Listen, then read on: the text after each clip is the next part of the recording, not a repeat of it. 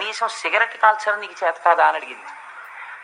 ఆవిడ పోరు పడలేక వాడు సిగరెట్ కాల్చడం నేర్చుకున్నాడు. ఆ తర్వాత ఏమిటే ఇప్పుడే సంధ్యావందనం పూజ, వాట్ ఈజ్ ఆల్ దిస్, ఏమిటి what is all this non sense, ఇంట్లో సరదాగా లిక్కర్ పార్టీకి వెళ్ళాలి, యవ్వనం అనుభవించాలి, నువ్వు తాగు నేను తాగుతాను, సంతోషంగా గడపాలి మనం, ఏమిటివన్నీ ఈ ఫోటోలు ఏమిటి, ఏమిటి విష్ణుమూర్తి బ్రహ్మ ఏమిటివన్నీ, 4 పక్షులు అలాంటివి పట్ల పెట్టుకుందాం ఇంట్లో చక్కగా, యవ్వనానికి దీప్తి కల్పించే ఉండాలి.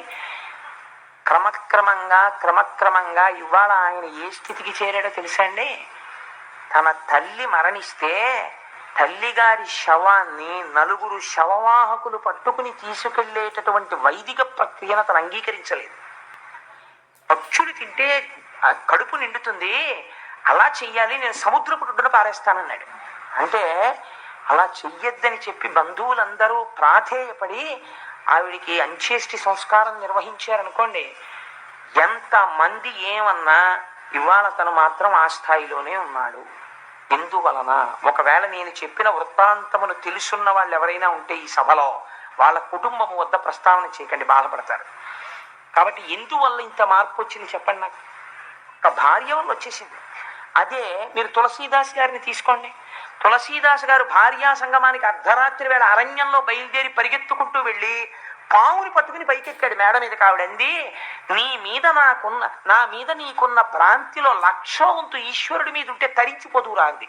తులసీదాస్ గారు మహాభక్తుడైపోయాడు. సో వివాహం అనేటటువంటిది, జీవిత భాగస్వామి అనేటటువంటిది చాలా జాగ్రత్తగా ఉండాలండి. ఆడపిల్లకి సంస్కారం ప్రయత్నపూర్వకంగా నేర్పాలి తల్లిదండ్రులు.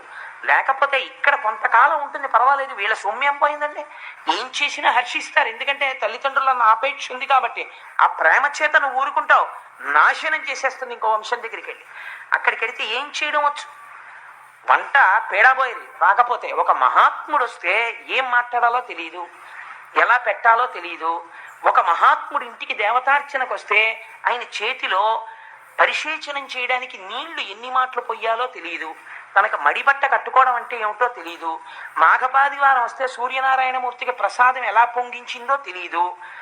అందుకే కూతురు చెడుగైన మాత తప్పు, తల్లిదే తప్పు అంతే. తల్లి దగ్గర పెట్టుకుని నేర్పి తీరవలసిందే సంస్కారాన్ని. ఈవిడ నేర్పని కారణానికి వేరొక వంశం నాశనం అయిపోతావు అవతల వైపు. నీ పిచ్చ ప్రేమ హద్దులో ఉండాలి. నీ కూతురి యందు నీకు ప్రేమ ఉంటే దానికి ఒక అవధి ఉండాలి, దానికి ఒక నియతి ఉండాలి, దానికి ఒక మర్యాద ఉండాలి. అంతేగాని విచ్చలవిడితనం ఆడదానికి నేర్పితే వేరొక వంశం నాశనం అయిపోతుంది. ఆడది సంస్కారం నేర్చుకుంటే వేరొక పురుషుడు కూడా మారిపోవచ్చు. పురుషుడు కూడా అంతే, స్త్రీ పట్ల అంతే మర్యాదగా ఉండాలి. అంతటి ఔన్నత్యంతో జీవితాలు గడపాలని మనకి భాగవతం బోధ చేస్తోంది. ఎంత గొప్ప విషయాన్ని వ్యాసుడు ప్రతిపాదన చేస్తున్నాడో చూడండి. అందుచేత ఇటువైపు నుంచి ఉన్నటువంటి దోషమునకు ఏమైనది, వేణుడు వ్యగ్రతతో జన్మించినాడు కాబట్టి ఏం చేసేవాడు, అది జన్మతః వచ్చిన బుద్ధి, అది బోధకి మారడం కూడా చాలా కష్టం. అది ఇంకా పుట్టుకతో వచ్చిన బుద్ధి పుడకలతో పోతుంది అంతే ఇంక మళ్ళీ. కాబట్టి ఏమైంది, నిష్కారణంగా వేటకెళ్ళిపోయేవాడు ప్రతిరోజు. వెళ్ళిపోయి కుందేలు పిల్లల దగ్గర నుంచి లేళ్ళు జింకల వరకు చంపేసేవాడు. ఆ చంపడంలో అర్థం లేదంటే ఇంకా వ్యగ్రత. ఒకటి చచ్చిపోతుంటే తనకు ఆనందం, తను తిరిగి వచ్చేస్తుంటే పిల్లలందరూ క్రీడా మైదానంలో ఆడుకుంటుండేవారు. ఆడుకుంటుంటే బడిత పట్టుకుని పిల్లల్ని చచ్చిపోయే వరకు కొట్టేసేవాడు. పిల్లలు చచ్చిపోయేవారు, సంతోషంగా ఇంటికి వెళ్ళిపోయేవాడు. ఎందుకని మాతామహుడి వైపు నుంచి వచ్చేసింది పోలిక. వచ్చేయడంలో అందుకే 7 తరాలు చూస్తారండి. మళ్ళీ అటువంటి చీడ పురుగు మళ్ళీ పుట్టే అవకాశం ఉంటుంది. కాబట్టి తాను చేసిన పాపం తనతో ఆగదు, తర్వాత తన పిల్ల మనవలు మునిమనవలు ఇంతమంది పాడై చరిత్రే వక్రీకరింపబడిపోతుంది. చాలా జాగ్రత్త సుమా. జీవితం అంటే ఏమిటో అనుకుంటున్నావు, హ్యాండిల్ విత్ కేర్ జీవితమే అన్నది చూపిస్తున్నాడు వ్యాసుడు. కాబట్టి ఏమైంది, ఇలాంటి పిల్లవాడిని రోజు దగ్గర కూర్చోబెట్టుకుని అంగరాజు ధర్మబోధ చేసేవాడు.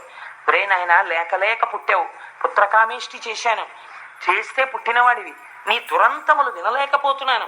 ప్రతిరోజు రాజ్యంలో ఉన్న వాళ్ళు వచ్చి మా పిల్లల్ని చంపేశాడని చెప్పడమే, ఇదేమి ప్రారంధం రా, ఇలా చెయ్యకని చెప్పేవాడు.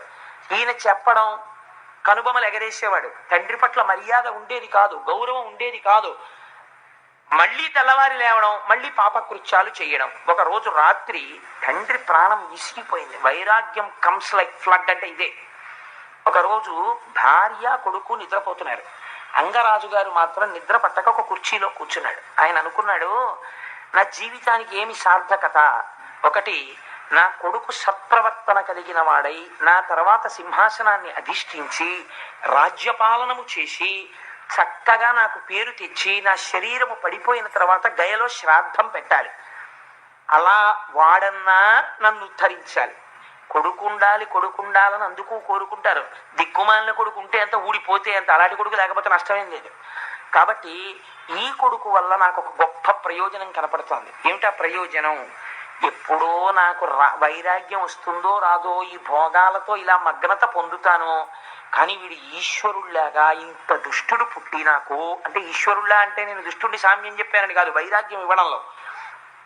వీడు నా మాట వినడు, నాకు అప్రతిష్ఠ వచ్చేస్తోంది అన్న బెంగతో, ఇలాంటి కొడుకు ఉన్న చోట నాకు ఇంత రాజ్యం ఉంటే ఎంత, సింహాసనం ఉంటే ఎంత, రోజు వీడికి చెప్పుకునే కన్నా ఎక్కడికో పోయి ఈశ్వరారాధన చేసుకుని మట్టిలో కలిసిపోతే మంచిది.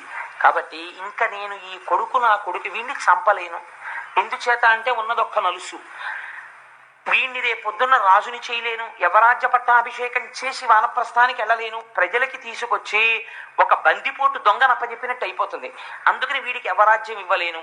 ఇవ్వకుండా ఉందామంటే కుదరదు. ఇంత చిత్తక్షోభ పడే కన్నా మనము విరాగులమై అరణ్యమునకు వెళ్ళిపోదాం అని చెప్పి ఒక రాత్రి వేళ అన్ని భోగములు కలిగినటువంటి అంతఃపురాన్ని, తన భార్యని, తన బిడ్డని విడిచిపెట్టి గురువులకు కూడా చెప్పకుండా తానొక్కడే కాలినడకన నడిచి అరణ్యంలోకి వెళ్ళిపోయాడు. ఇప్పుడు చెప్పండి, దుర్మార్గుడైన కొడుకు జన్మిస్తే ఎంత సన్మార్గుడైన తండ్రి అయినా ఎంత బాధపడ్డాడో ఆలోచించండి. అది అంగరాజు యొక్క పొరపాట, ఎంత మాత్రమూ కాదు. కానీ ధార్మికుడు శిక్షింపబడినాడు. దేని వలన?